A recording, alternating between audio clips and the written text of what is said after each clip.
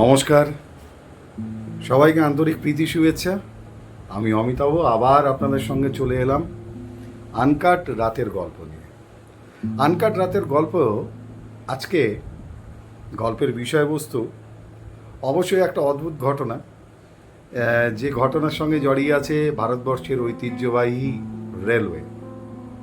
দেখুন, আমরা তো বেড়াতে টেড়াতে যাই, আবার কেউ কর্মসূত্রেও নানান জায়গাতে যান, কিন্তু এই ঘটনা কখনো শুনেছেন?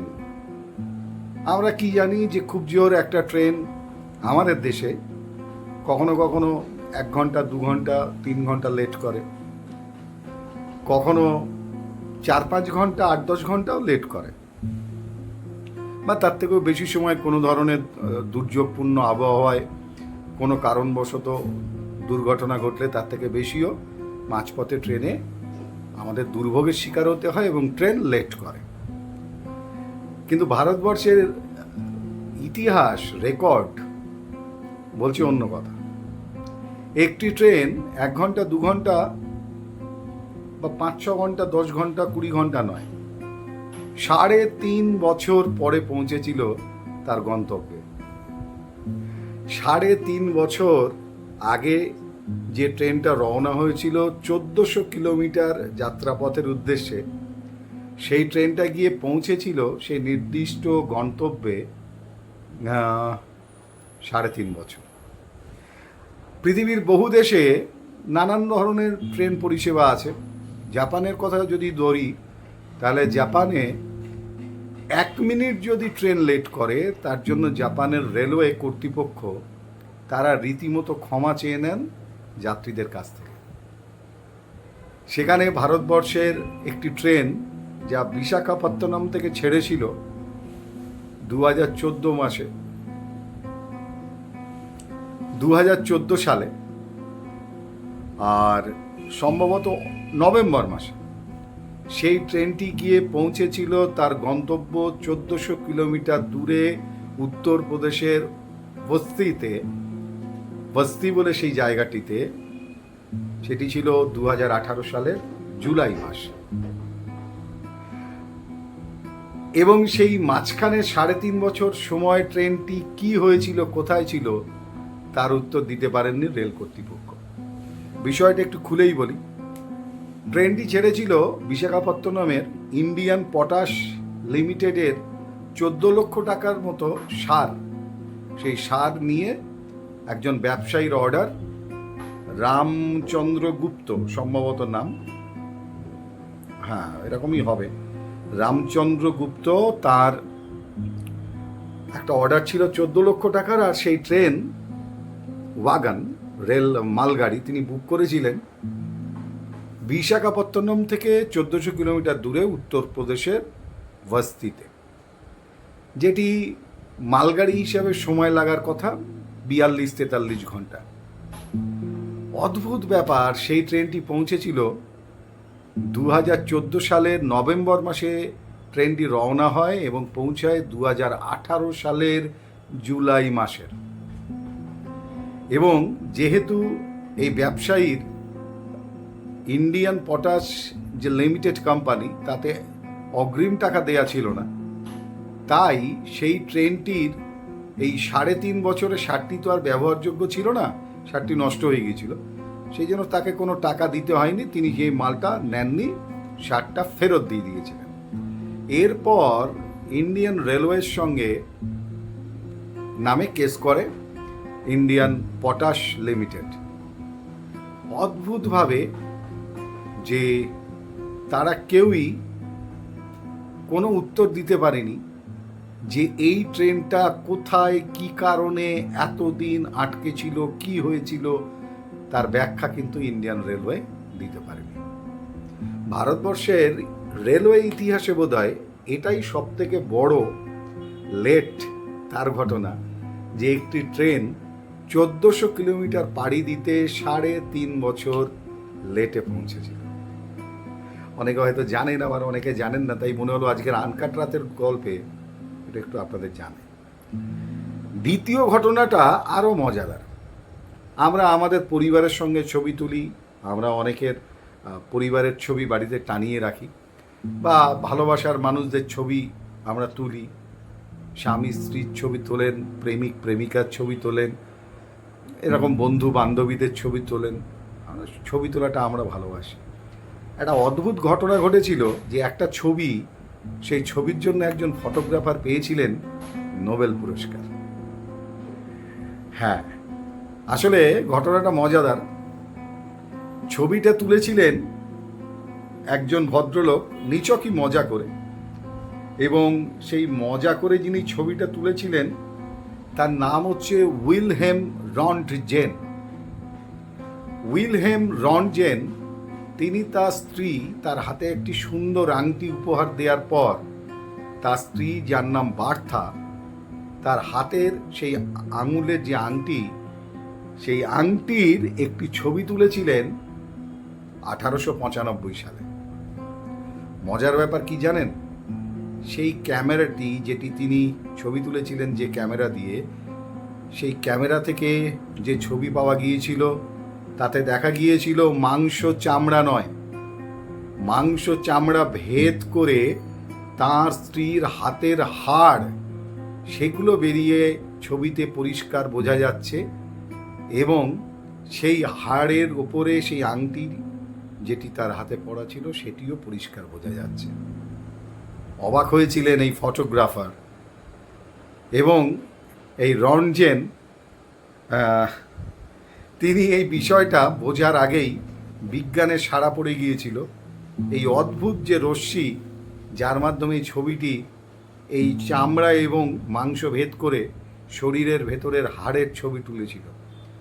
গণিতে একটি সংখ্যা বিস্ময়ের সঙ্গে প্রকাশ করা হয় যাকে বলা হয় এক্স, অর্থাৎ সেই এক্সকেই তিনি নামকরণ করেছিলেন এই অদ্ভুত রশ্মি, যে রশ্মি দিয়ে তিনি এই ফটোগ্রাফি তুলতে সক্ষম হয়েছিলেন। পরবর্তীকালে তার নামকরণ হয় এক্স রে। হ্যাঁ, একটা ছবি বিশ্ববিখ্যাত করে দিয়েছিল এই উইলহেম রন্টজেনকে, আর বিজ্ঞানের এই আবিষ্কারের জন্য তিনি পেয়েছিলেন নোবেল। একটা ফটোগ্রাফার, তার একটা ছবি বিশ্বকে নাড়িয়ে দিয়েছিল। এরকম অনেক অজানা ঘটনা রয়েছে। যেমন ধরুন না, আমি এর আগে যদিও পুলক বন্দ্যোপাধ্যায় সম্পর্কে একটা গোটা এপিসোড করেছি, আপনারা জানেন, মান্না দে এবং পুলক বন্দ্যোপাধ্যায়কে নিয়ে। শুধু পুলক বন্দ্যোপাধ্যায়ের সঙ্গে জড়িয়ে থাকা আজকে 9ই সেপ্টেম্বর, তাই একটা ছোট্ট ঘটনা শুধু আপনাদের মনে করিয়ে দেবো, যেটা হয়তো অনেকেই জানেন, আবার অনেকে জানেন না। একবার হেমন্ত মুখোপাধ্যায়ের সঙ্গে ইংল্যান্ডে শো করতে গেছেন হৈমন্তী শুক্লা। শো করে আসার পর বাঁধল ভয়ঙ্কর বিতর্ক, এবং রীতিমতো হেমন্ত জয়া, মানে তার স্ত্রী বেলা, তিনিও এর মধ্যে অংশ হয়ে পড়লেন। মানে রীতিমতোভাবে বাড়ি থেকে বেরিয়ে যেতে হলো হৈমন্তী শুক্লাকে এই বিতর্কের ঘটনার পর হেমন্তের বাড়িতে।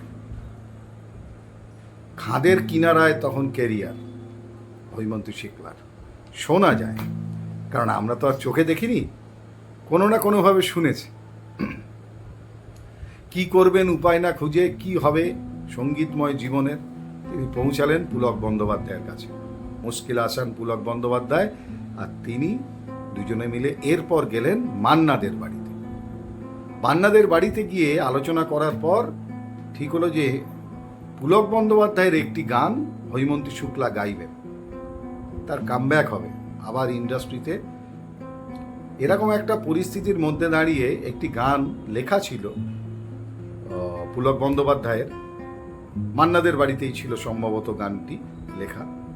ঠিক করা হলো ওই গানটি হৈমন্তী শুক্লাকে দিয়ে রেকর্ড করানো হবে। এই ঘটনার পর তৈরি হওয়া সেই গানটি আসলে সিগনেচার সং হয়ে গিয়েছিল হৈমন্তী শুক্লার জীবনে।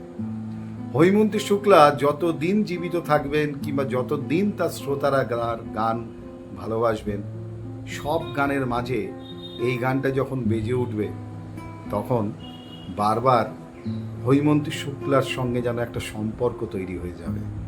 হ্যাঁ, তার সেই গানটি হলো আমার বলার তো কিছু ছিল না, ক্ষমা করবেন, আমার বলার কিছু ছিল না, চেয়ে চেয়ে দেখলাম তুমি চলে গেলে।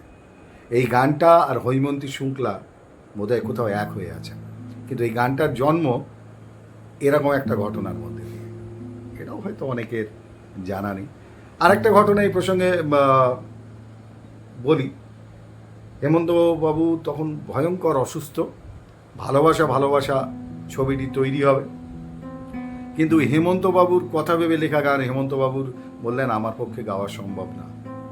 রীতিমতোভাবে বিরাটি থেকে অখ্যাত অনামা শিবাজি চট্টোপাধ্যায়কে তুলে নিয়ে এসেছিলেন পুলক বন্দ্যোপাধ্যায়। তারপর বাকিটা তো ইতিহাস। কারণ আপনারা জানেন সেই বিখ্যাত গান তাপস পালের কণ্ঠে খোপারই গোলাপ দিয়ে রাতারাতি বিখ্যাত হয়েছিলেন শিবাজি চট্টোপাধ্যায়। পুলক বন্দ্যোপাধ্যায়ের এরকম অজানা অনেক ঘটনা রয়েছে। তো আজকে দুই একটা মুহূর্ত আপনাদের সঙ্গে ভাগ করে নিলাম। আজকের আনকাট রাতের গল্প শেষ করব আমার দেশ ভারতবর্ষের অজানা কিছু কথা নিয়ে। আমরা জানি ভারত ভেঙে টুকরো হয়েছে, ভারত ভেঙে পাকিস্তান হয়েছে, বাংলাদেশ হয়েছে, কিন্তু আমাদের অনেকেরই হয়তো জানা নেই ভারতবর্ষ ভেঙে প্রায় 15টা দেশ তৈরি হয়েছে। আসুন শোনা যায় এবং যেগুলো জানতে পারা গেছে এগুলো নিয়ে অনেক বিতর্ক থাকতে পারে, রিসার্চ থাকতে পারে, গবেষণা থাকতে পারে, ঐতিহাসিক তারা আরও বিশদভাবে বলতে পারবেন, কিন্তু যা রটে তা তো কিছু ঘটে। ভারতবর্ষের সঙ্গে নাকি যুক্ত ছিল বেশ কিছু দেশ, যেমন ধরুন আমরা জানি ইরান। ইরানের আগের নাম হচ্ছে আরিয়ান। আরিয়ান অর্থাৎ আর্য সমাজ, এবং এই আর্য সমাজ থেকেই ইরানের পরবর্তীকালে নামকরণ। যখন আর্য সমাজ বা আরিয়ান নামকরণ ছিল, তারপরে আরবের দস্যুরা ইরান আক্রমণ করে এবং 1378 সালের পর ইরান ভারতবর্ষ থেকে আলাদা হয়ে যায়, এরকমটা শোনা যায়। দ্বিতীয় আরও একটি দেশ যার নাম কম্বোডিয়া। ভারতীয় একটি ব্রাহ্মণ হিন্দু রাজা ছিলেন এখানকার রাজতন্ত্রের প্রতিষ্ঠাতা কম্বোডিয়ার, যার নাম ছিল কম্বোডি, এবং তার নামকরণের মাধ্যমেই এই দেশের নামকরণ করা হয় কম্বোডিয়া। আপনারা জানেন পৃথিবীর সবথেকে বড় বিখ্যাত বিষ্ণু মন্দির যা কম্বোডিয়ায় রয়েছে, যাকে আমরা সবাই অঙ্কুর ভাট মন্দির বলে চিনি, এটাও কিন্তু ভারতবর্ষের অংশ ছিল বলে শোনা যায়। তারপর ধরুন পরবর্তী দেশ চলে আসে ভিয়েতনাম। এর আগের নাম ছিল চম্পা। হিন্দুজা চম্পায় শেষ হয়েছিল। নানান ইতিহাসের ঘটনার প্রবাহ দিয়ে পরবর্তীকালে একটি স্বাধীন দেশ হয় ভিয়েতনাম বলে শোনা যায়। এছাড়া ধরুন মালয়েশিয়া। এখানে ভারতীয় সনাতন ধর্মের পাশাপাশি ভারতীয়রাই প্রথম বৌদ্ধ ধর্ম প্রতিষ্ঠা করেছিলেন মালয়েশিয়াতে। শোনা যায় মালয়েশিয়াও ভারতের অংশ ছিল। Indonesia, Philippines, Afghanistan. মহাভারতের যুগে যার নাম ছিল গান্ধার, শকুনি কিংবা গান্ধারী, তাদের রাজপরিবারের কথা জানা যায় মহাভারত থেকে। এই আফগানিস্তান, যার মহাভারতের সময়কালীন যে ইতিহাস জানা যায় তাতে তার নামকরণ হয় ছিল গান্ধার। কিন্তু এখানকার রাজা ছিলেন রাজা আম্বির। এই রাজা আম্বির আলেকজান্ডারের সঙ্গে একটা সন্ধি করেন এবং সেই সন্ধির পর, চুক্তি করার পর তিনি সেই রাজত্ব আলেকজান্ডারকে দিয়ে দেন। আফগানিস্তান ভারতের অংশ ছিল। নেপাল, মহাত্মা গৌতম বুদ্ধ, তাঁর যে রাজবংশে জন্ম সেটি এই নেপালের রাজবংশ বলেই শোনা যায়। এই নেপালও কিন্তু ভারত থেকে বিচ্ছিন্ন হয় পরে। ভুটান আছে, যার পূর্ব ভারতের ভদ্রদেশ, সেই ভদ্রদেশের অংশ ছিল ভুটান, এবং পরবর্তীকালে তা ভাগ হয়। শ্রীলঙ্কা। শ্রীলঙ্কার আগে নাম ছিল তাম্রপানি। শ্রীলঙ্কার আগের নাম ছিল তাম্রপানি, এবং এই তাম্রপানি তখন ভারতের অংশ ছিল। পরে পর্তুগিজ এবং ব্রিটিশ তারা পরপর হানা দেয় এবং তারা দখল করে শ্রীলঙ্কাকে। এরপর যার কথা উঠে আসে সেটি হচ্ছে, আপনারা জানেন যে একসময় নেতাজির একেবারে সেন্টার ছিল সেটি, প্রধান কার্যালয় ছিল মায়ানমার, যার আগের নাম ছিল বার্মা। সেই বার্মা ভারতের অংশবিশেষ ছিল। পরে ব্রিটিশ সেখানে দখল নেয়, সম্ভবত 1852 সাল। সেই সময় ব্রিটিশরা সেখানে দখল নেয়। কিন্তু বারাণসীর যে রাজপরিবার বারাণসী, সেখানকার রাজা ছিলেন, রাজপুত্র ছিলেন এখানকার রাজা মায়ানমারের। এছাড়া তো আপনারা পাকিস্তান, বাংলাদেশ এদের কথা জানেন। কিন্তু বলা হয় নাকি থাইল্যান্ডও ছিল ভারতের অংশ, তখন তার নাম শ্যাম দেশ। পরবর্তীকালে ভারত থেকে আলাদা হয় থাইল্যান্ড। এরকমভাবেই ভারতবর্ষের সঙ্গে নাকি 15টা দেশ যুক্ত ছিল, যে 15টা দেশ পরে বিচ্ছিন্ন হয়ে আলাদা আলাদা দেশ তৈরি হয়েছে। যদি তাই হয় তাহলে ভারতবর্ষ পৃথিবীর মধ্যে সব থেকে শক্তিশালী শাসন ব্যবস্থা, রাষ্ট্র ব্যবস্থা ছিল, এটা বলার অপেক্ষা রাখে। যাই হোক, আমার গর্বিত ভারতবর্ষের যারা নাগরিক আমরা সারা পৃথিবীতে ছড়িয়ে আছি, সেই গৌরবগাথা অক্ষুণ্ণ থাকুক। আমার দেশ পৃথিবীর বুকে এই একই রকমভাবে একচ্ছত্র সাংস্কৃতিক আধিপত্য বজায় রাখুক। ইতিহাস নতুন নতুন করে উপাখ্যান তার ভেতরে গিয়ে আরও রহস্যের উন্মোচন করুক, তৈরি হোক আরও সুপ্রাচীন ইতিহাস। এরকমই অজানা বেশ কিছু জিনিস নিয়ে আবার ফিরব পরবর্তী আনকাট রাতের গল্পে। ততক্ষণের জন্য সবাইকে বলবো, ভালো থাকুন, সুস্থ থাকুন, সচেতন থাকুন অবশ্যই। আর সঙ্গে সঙ্গে পুজো আসছে, মায়ের কাছে প্রার্থনা যে বিশ্ব মানবের জীবনে শান্তি সমৃদ্ধি পৌঁছাক, তারা ভালো থাকুন।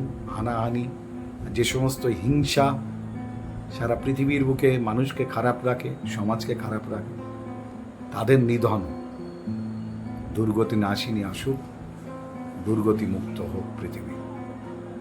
আজকের মতো এটুকুই, বিদায় নিচ্ছি আমি।